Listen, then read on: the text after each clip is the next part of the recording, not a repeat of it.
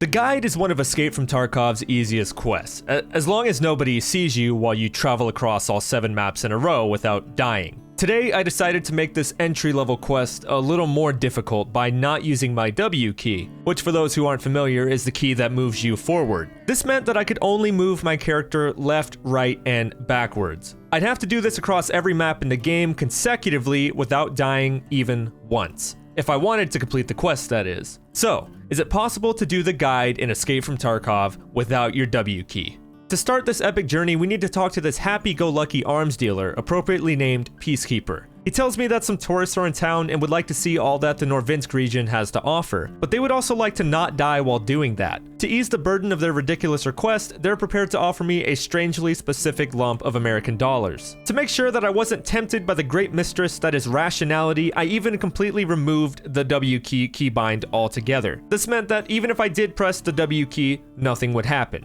There's no specific order in which the maps have to be played, but for fun, I started with the one that you have to pay to get into. Please don't get the wrong idea though, this isn't some amusement park full of fun and cotton candy, this is more like a visit to the combination DMV/dentist office. Labs is home to the sweatiest of gamers, and being a stinky gamer myself, I thought I would fit right in. I did notice some other possible contenders before I loaded in, such as the likes of Warrior Potato, but I didn't let that faze me, we were here to survive. I spawned in and I quickly let muscle memory take over. I may not have been able to see where I was going, but by sheer force of believing in the heart of the cards, I found my way. Also, if you haven't realized by this point, there's no running without the W key, adding an extra layer of icing to this cake. I made my way downstairs and through the map, downstairs once again to enter the basement. A short distance later, I found the elevators in which I could use to extract safely. I made my way through a few more rooms and found the power button, smacked it like it's the like button, and crab walked back to the elevators. Now this quest would be a little too easy if you could just get out when you got to the extraction point. So to spice things up, Tarkov requires you to have the survived status when you exit. This is obtained by hitting an XP requirement or a time requirement before you get out. Since there's no way in hell I was getting any kills to get XP,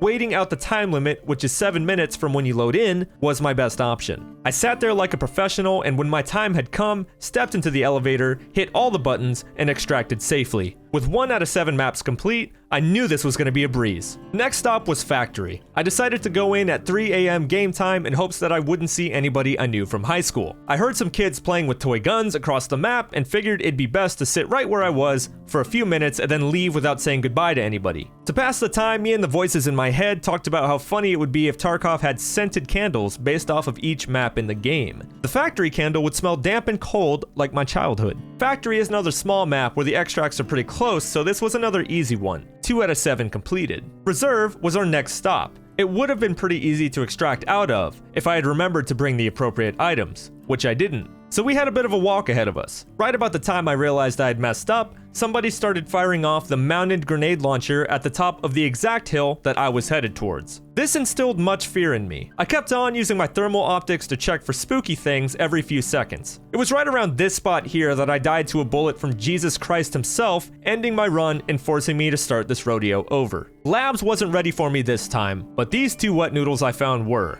Attempt number 3, Labs. We spawned in the sewer. While I was taking in the smells of the environment, a strange thing happened. Basmo, the shooter born in heaven from the reserve run, came into my Twitch chat. We talked for a while about how much better he was at the game, and then like a cyber Oprah, he gifted me more subs than I have IQ. I told him about my quest, he wished me luck, and then we went our separate ways. Labs was done, now Factory. Once again, I cosplayed a statue for 7 minutes, and then got out. Back to Reserve. In a sick twist of fate, this Reserve raid started like the last one, with some maniac hopping on the mounted grenade launcher and showing the surrounding landscape who's boss. I wondered if it was my old friend Basmo again, but never got the chance to check. We sidestepped our way across the Great Plains, berated my chat a little, cut myself on some barbed wire, traveled through a sketchy alley, and found a building to take refuge in. Feeling pretty good about myself, we waited out the rest of the time limit, and then extracted safely through a manhole. This was as far as I'd come on my journey so far, and I wasn't done yet. Customs was my next vacation destination,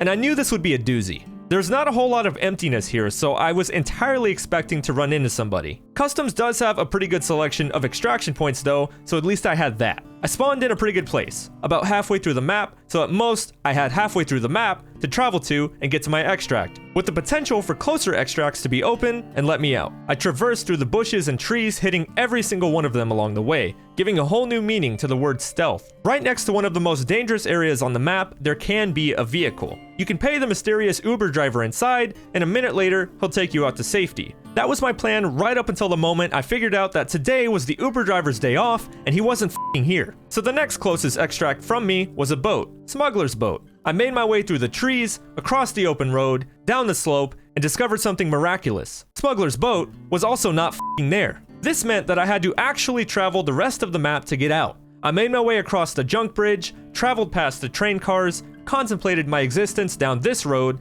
and eventually made it to the extract point. My plan to do this entirely in the dark of night was working well. I hadn't run into any enemies yet. 4 out of 7 completed. It was time to go to the mall, but not the kind that I remember my dad taking me to. Interchange is essentially a giant square of a map. Most of the time you spawn at one corner and have to extract at another corner. This time was no exception. I started trucking along, popped some gummy vitamins for safety, and kept on my way. The neat thing about Interchange is, like most other maps, it has a possible extract that may or may not be there about halfway through. So the potential for cutting my travel time was half there. I vigorously sidestepped my way down the road and made it to the power station where the possible extract was. Right outside, I encountered my first real threat, an AI scav. I dropped his ass like a sack of hammers and proceeded to pat myself on the back for the minor accomplishment of not dying to a literal bot. I celebrated for all of about 15 feet before I realized that, much like the customs Uber driver, the Interchange Uber driver had also taken the day off. I started to panic, but then my one day's experience in the Boy Scouts kicked in.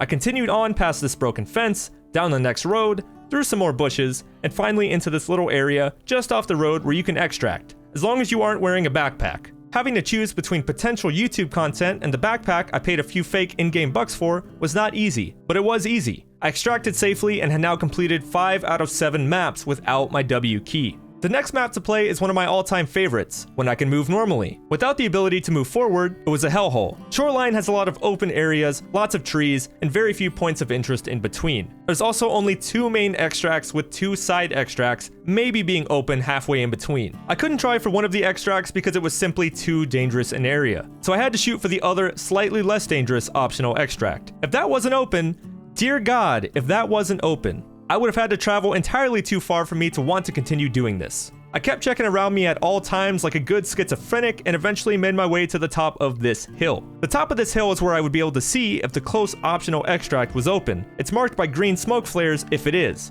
I like to imagine I now know what the people who claim they've seen God have actually seen. The smoke was there, and so was I shortly after. We got lucky and made it out without a hitch. We were 1 map away from doing the guide without my W key. The last map was Woods, notoriously one of the least populated maps in the game, especially at night, which is when I had been doing this whole thing. In theory, this should have been the easiest map to complete, depending on how close to the car extract I had spawned, which it turns out was pretty close. I had recognized the tree that I spawned next to and realized I was only a short distance away from the complete freedom of never having to do this challenge again. I started making my way, and before long, something completely unexpected happened. An actual threat appeared in front of me in the form of a cultist, a knife-wielding lunatic that sneaks up and stabs you when you get too close. Never had I known actual fear in my life before this moment. You see, the tricky thing about getting stabbed by cultists is that they use a poison. I am not f***ing kidding you. The rising action and climax of this YouTube video had literally written themselves. I was now in a race against the clock to get to the extract before the poison drained all my HP